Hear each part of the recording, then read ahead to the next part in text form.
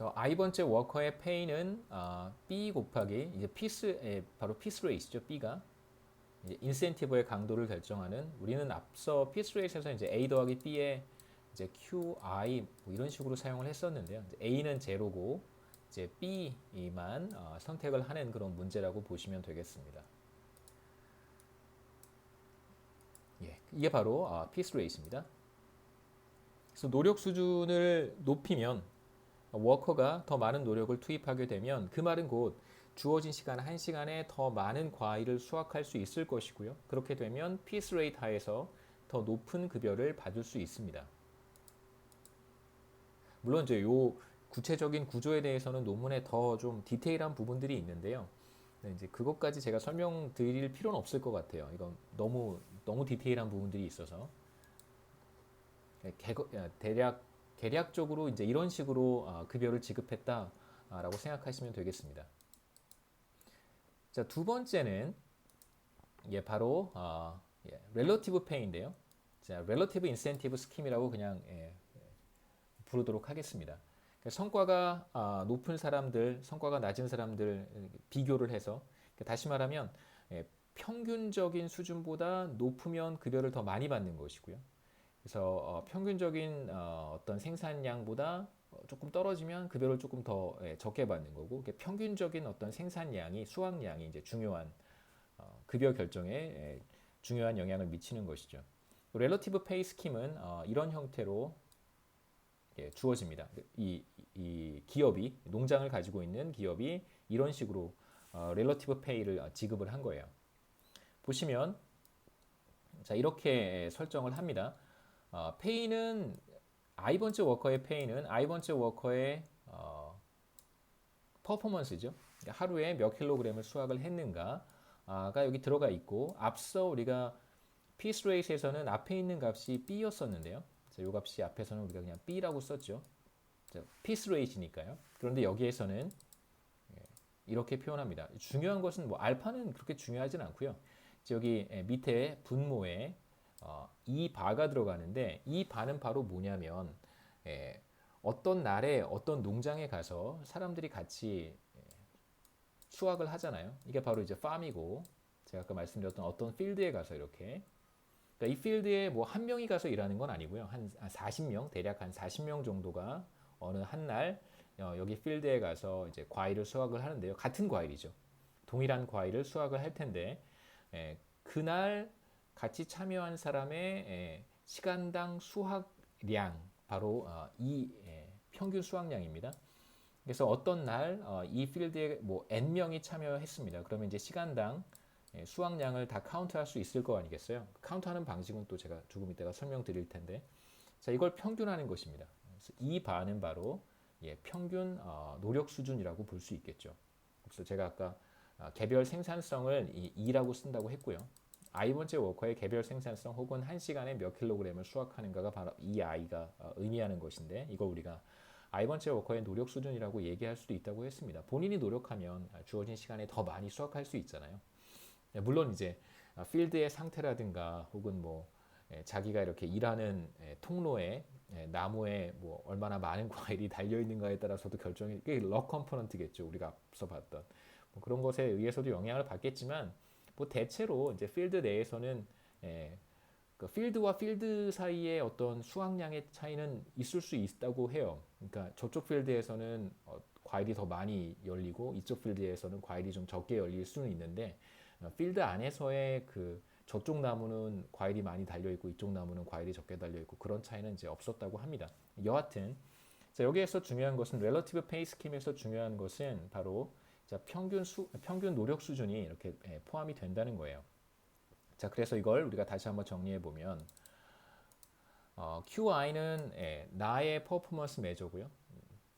H 곱하기 나의 노력 수준으로 표시를 했었습니다. 그래서 이걸 정리를 해보면 i번째 워커의 relative pay라고 하는 것은 바로 노력 수준의 비율에 영향을 받게 됩니다. 그래서 이 가장 중요한 이제 포인트가 되겠죠. relative pay에서 앞에 이제 알파 곱하기 h는 일정한 값이니까요.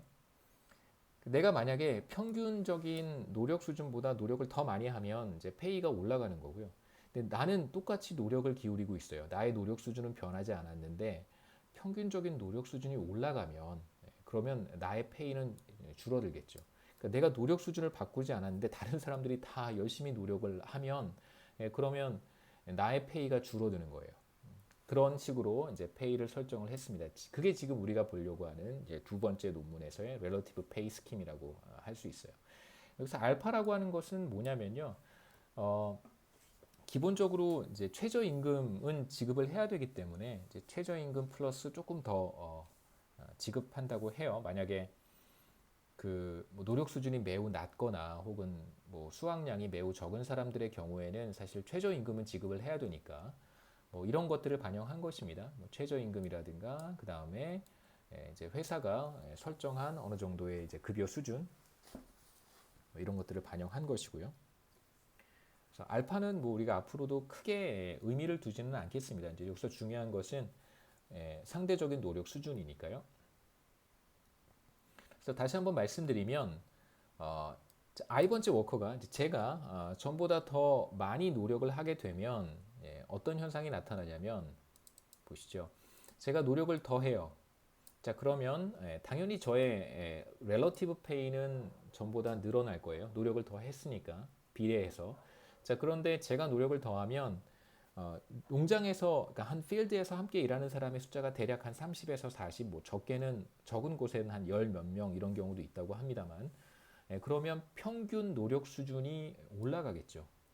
자 그러면 다른 사람들은 노력을 더 하지 않는다고 했을 때 다른 사람들의 급여는 떨어질 거예요. 그러니까 제가 노력을 더 투입하면 평균적인 노력 수준이 올라갈 것이고 그럼 이제 J번째 사람 제가 아닌 다른 사람들 같은 필드에서 일을 했던 다른 사람들의 relative pay는 떨어지겠죠. 평균 노력 수준이 올라갈 테니까.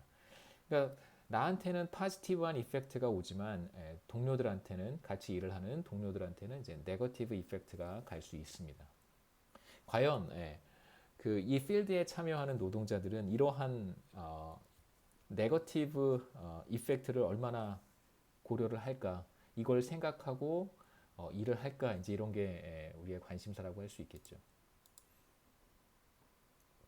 자, 이 그 농장 작업에 참여했던 사람들에 대한 백그라운드가 좀 필요한데요. 우리가 앞서 봉투 만드는 것과는 매우 다릅니다. 봉투 만드는 사람들은 이제 한 대학의 대학생들이었고요. 여러분과 같은 학생들이었고 이 농장에 참여하는 사람들도 비슷하게 이제 여러분들과 매우 비슷한 나이대에 속하는 젊은 사람들인데 이 사람들은 어떤 사람들이냐면 기본적으로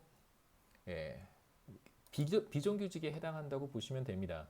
그러니까 뭐 계절에 따라서 뭐 농장 수확일이라고 하는 것이 이제 뭐 계절에 따라서 그 계절적인 계절성을 갖는 그런 작업이기 때문에 뭐 정규직이라고 보기는 어렵고요.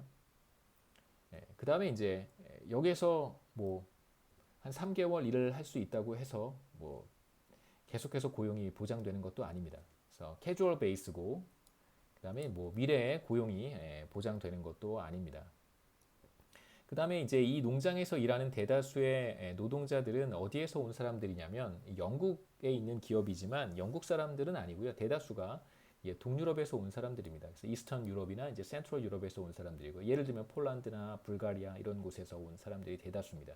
이제 남자도 있고 여자도 있고 그다음에 이제 이 사람들은 그 일을 하기 위해서 일종의 이제 취업 비자 같은 것이죠. 이제 워크 퍼밋을 받고 이 회사에서만 일할 수 있기 때문에 사실상 회사에서 제공하는 어떤 사택 같은 것이죠. 그 사택에서 작업 기간 동안 고용 기간 동안 사택에서 머물렀다고 하고 개인적으로 봤을 때는 자신이 뭐 아파트라든가 뭐 집을 렌트하는 것은 비용 측면에서 굉장히 부담스러우니까 아마도 농장에서 제공하는 사택에서 지내는 것이 이 직원들에게도 노동자들에게도 훨씬 더 유리했을 거라고 생각이 됩니다. 그래서 이 농장에서 일을 하는 동안 농장이 제공하는 숙소에서 기숙사 같은 곳에서 이제 머물렀다고 하고요.